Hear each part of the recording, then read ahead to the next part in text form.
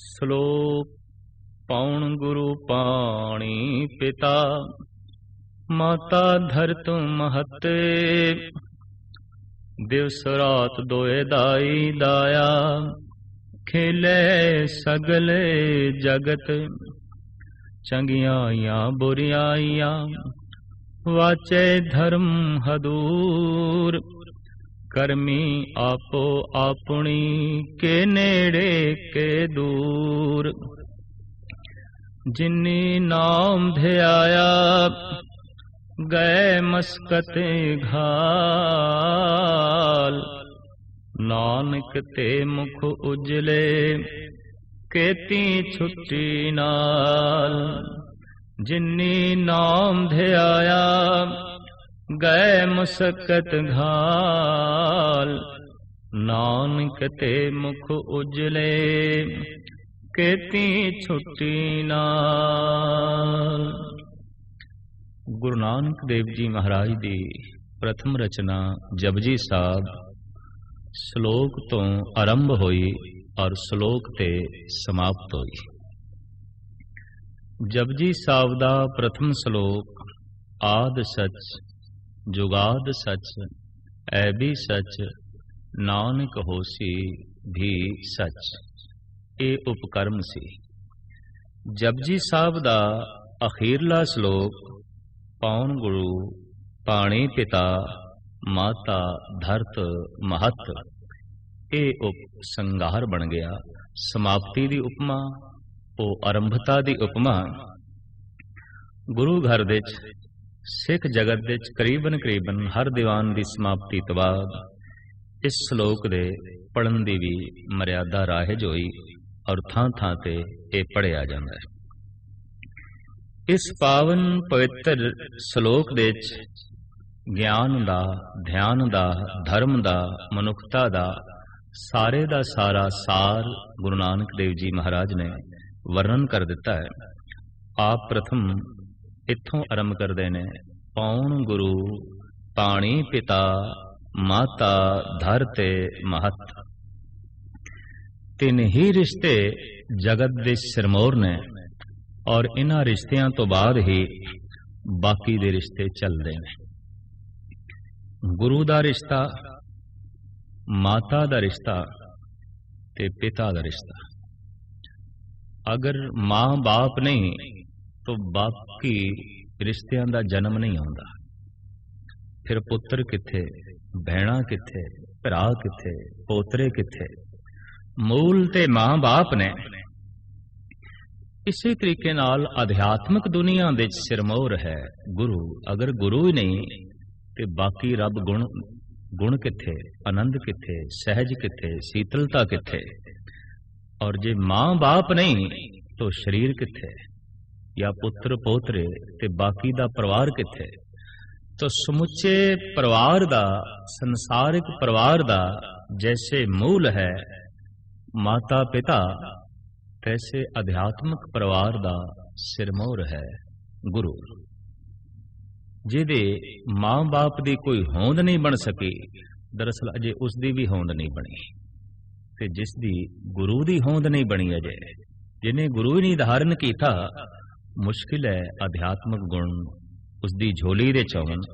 और हुण इत्थे सवाल पैदा हुंदा है, मां बाप दी देन प्राकृतिक है। मां बाप जन्म तो मिलते ने, गुरु जन्म तो नहीं मिलता। गुरु दी प्राप्ति तां जीवन नाल हुंदी है, संघर्ष नाल हुंदी है, खोज नाल हुंदी है, टोल नाल हुंदी है। जिसनों गुरु उपलब्ध हो गया है उन्होंने अध्यात्मक मंडल का मूल लभते है। और जिहदे कोल माता पिता ने उहदे कोल शरीर का मूल है। जिहदे कोल गुरु है उहदे कोल मन का मूल है, चेतना का मूल है। इंज कह लो तमाम अध्यात्मक तत्त का मूल है। ते साडे देश विच इह पुरानी प्रथा रही है कि मूल तो वड्डा कुछ भी नहीं है। मूल सिरमौर है, मूल महान है।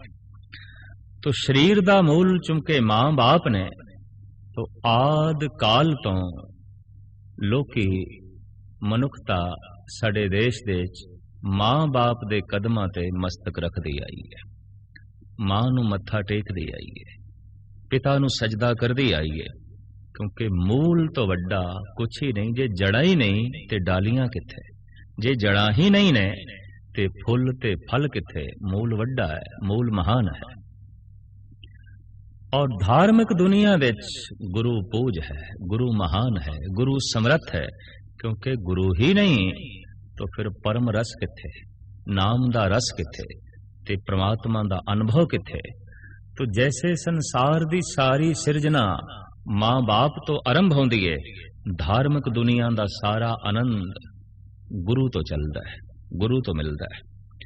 पर हुण इत्थे सवाल खड़ा हो जांदा है, गुरु कौन है? मां बाप परमात्मा ने दिते ने, क्या गुरु भी परमात्मा ने दिता है?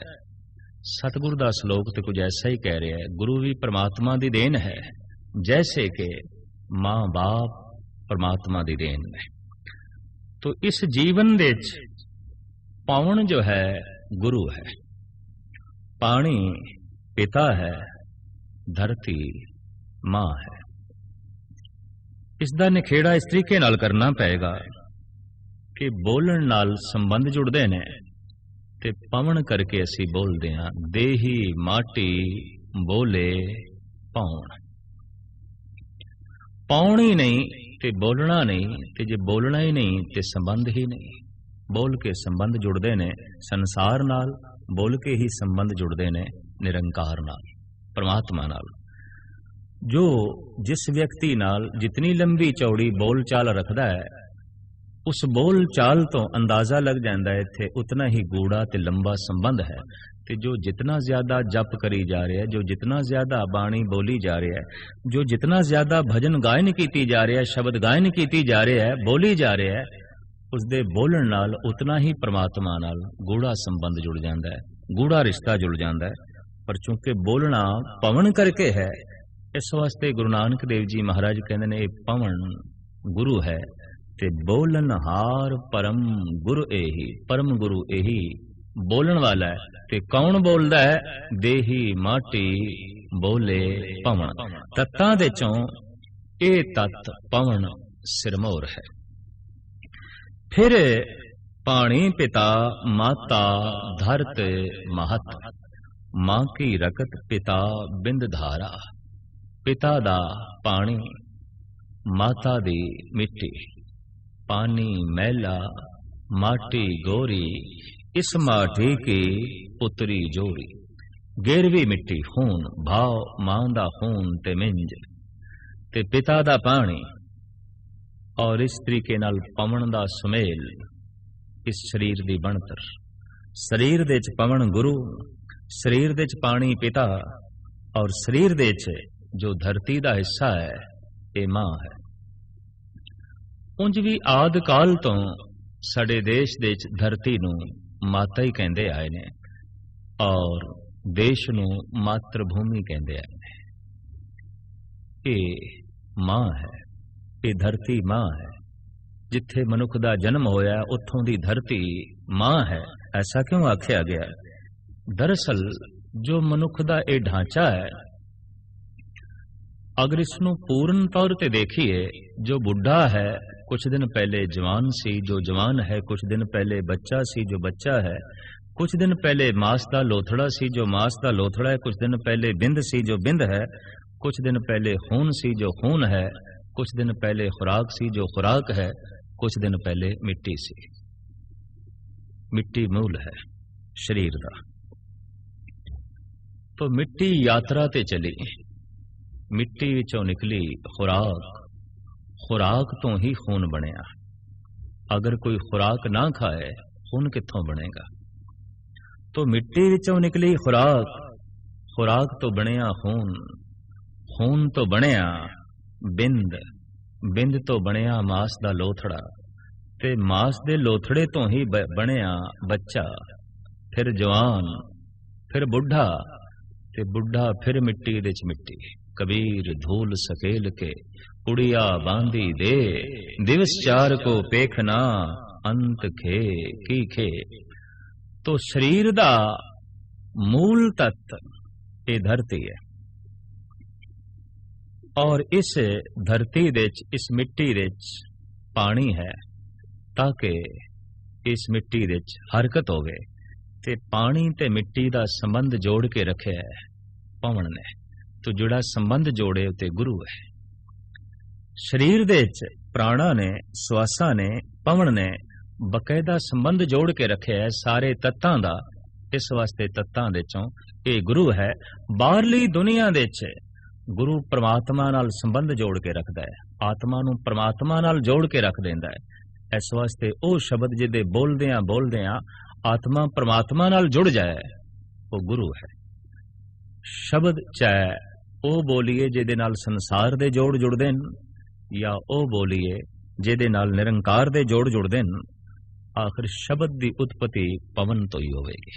फर्क सिर्फ इतना है, एक ओ शब्द है जिदे नाल जगत नाल जुड़ीदा है और जिदे नाल परमात्मा नाल जुड़ीदा है। जिस शब्द नूं उचारण करके उन्होंने कहीदा है गुर शब्द, सिरमौर शब्द, महान शब्द, जिसदा सदका प्रभु नाल संबंध जुड़ गया।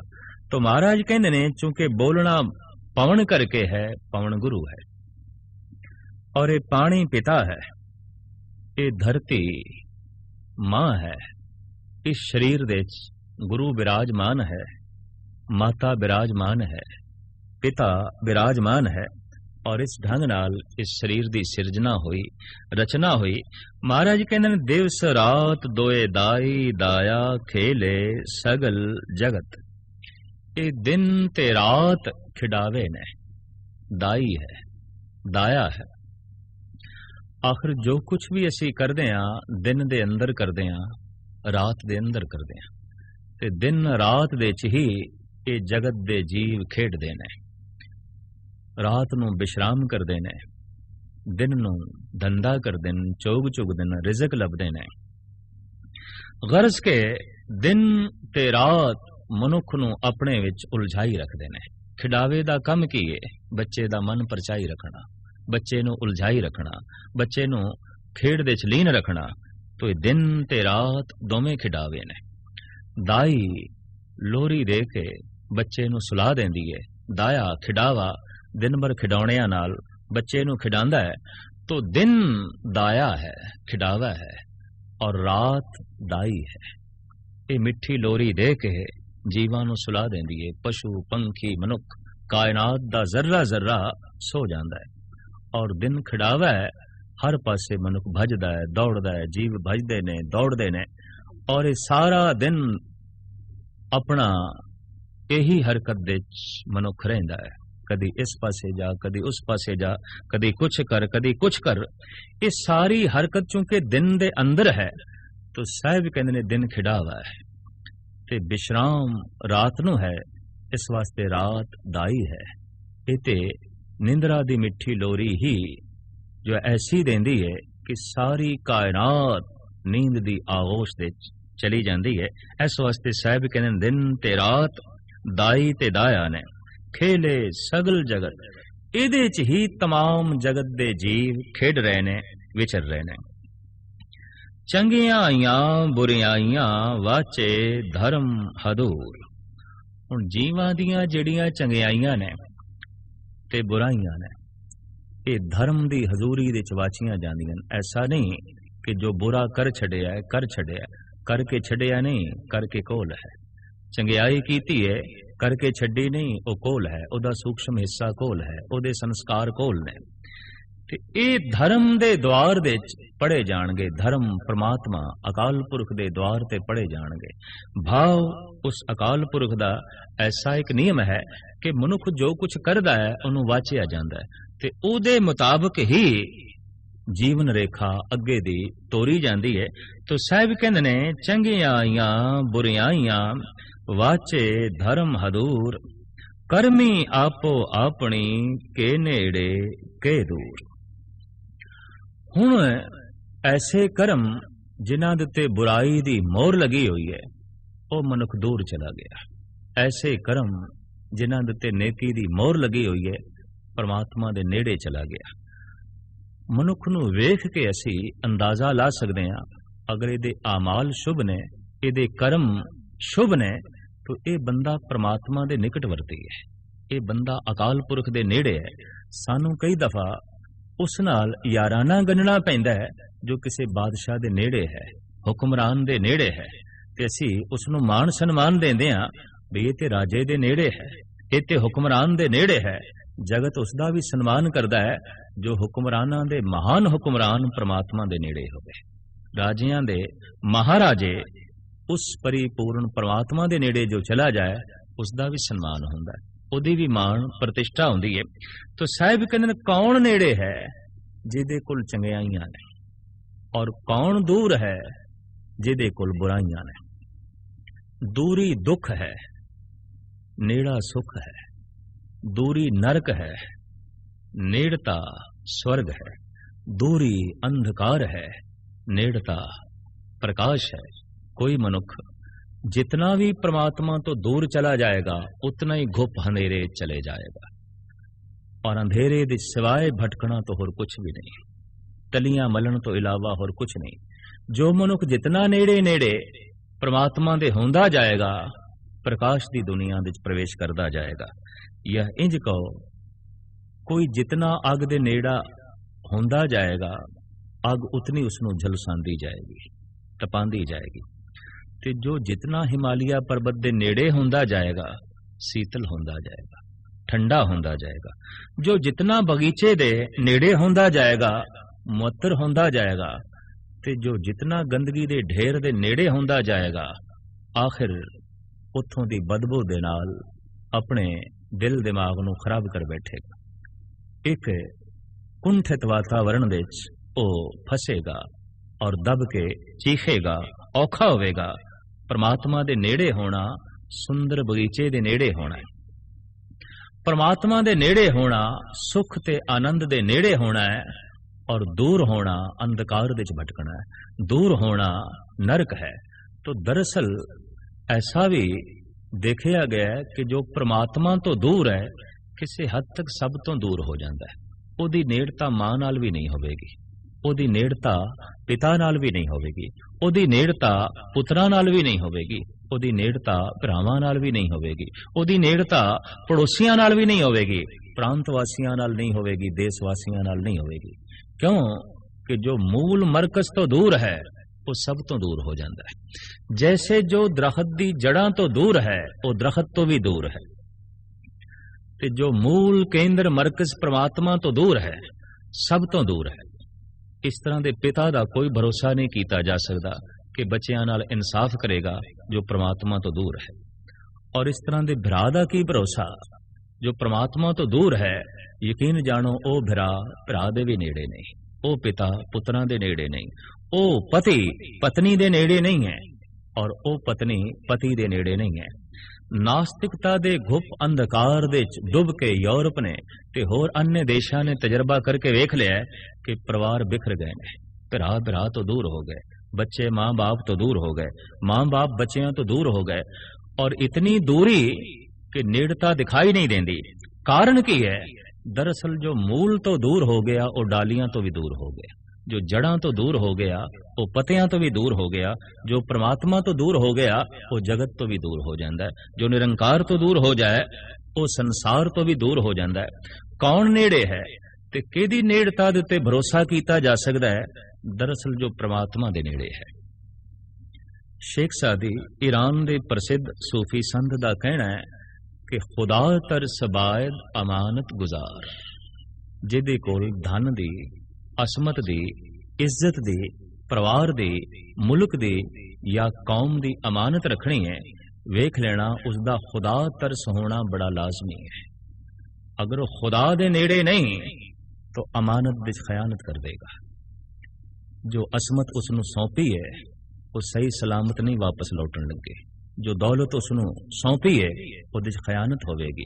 वो कौमी पद्धर ते खयानत करेगा, वो देश पद्धर ते खयानत करेगा। अमानत उसनू सौंपनी है। दरअसल जिहड़ा परमात्मा दे नेड़े है, खुदा तरस बायद अमानत गुजार, जो खुदा तरस नहीं ते खुदा दे नेड़े नहीं, परमात्मा दे नेड़े नहीं, दरअसल वो ईमान दे नेड़े नहीं, ते जो ईमान दे नेड़े नहीं होते बेईमान है। जो प्रकाश दे नेड़े नहीं होते अंधकार दे च है। लिहाजा इस तरह दे मनुख दा की भरोसा कीता जा सकता है। तो सतगुरुदेव जी महाराज कहते ने करमी आपो आपनी के नेड़े के दूर। जैसे जैसे मनुखता परमात्मा तो दूर होंदी है, सुख तो दूर होंदी है। जगत दा कलेश, जगत दा दुख, संसार दी विपता इस गल दा सबूत है कि परमात्मा तो दूरी है, बहुत दूरी है, बहुत दूरी है। तो सतगुरुदेव जी महाराज दा फरमान करमी आपो आपनी के नेड़े के दूर। कीते होए कर्मां दे मुताबिक कोई नेड़े है, कोई दूर है। जिसनों 12 माद गुरु अर्जन देव जी महाराज इस ढंग नाल फरमान करते ने किरत कर्म के विछड़े कर किरपा मेलो राम। हे राम, कीते होए कर्मा करके बिछड़ गए थे तुम। कीते हुए कर्मा ने बहुत दूर कर देता है, बहुत दूर कर देता है। कृपा कर, मेहर कर, रहमत कर, तेरी नेड़ता नसीब होवे। क्यों? क्योंकि तेरी नेड़ता दे ही सुख है, आनंद है, चैन है, रस है। अगर कोई दूर है तो साहिब कहते ने एक किरत कर्म ने, एक कीते हुए कर्म ने। तो कर्मी आपो आपनी के नेड़े के दूर। जो दूर है वो पापी है, जो पापी है वो दूर है। दुष्ट, जालम, चोर, यार, बदमाश, गुंडे सारे इस श्रेणी च आ जाते ने कि सच तो दूर, परमात्मा तो दूर। सील, संजमी, दयालु, कृपालु, विशाल हृदय दे मालक, सम भावना रखण वाले, सम दृष्टि रखण वाले, इस तरह के जितने पुरुष ने ये नेड़े ने।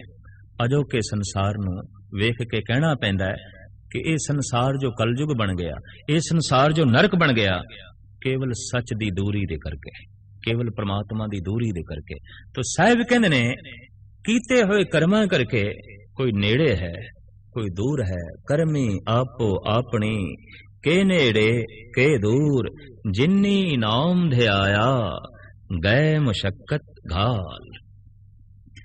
जिन्हां ने नाम जपिया, नाम दे च ध्यान जोड़िया, उन्होंने अपनी मुशक्कत सफल कर ली, उन्होंने अपनी घालना घाल ली, सफल कर ली। ते घालना दे चों यही सब तो वड्डी घाल है।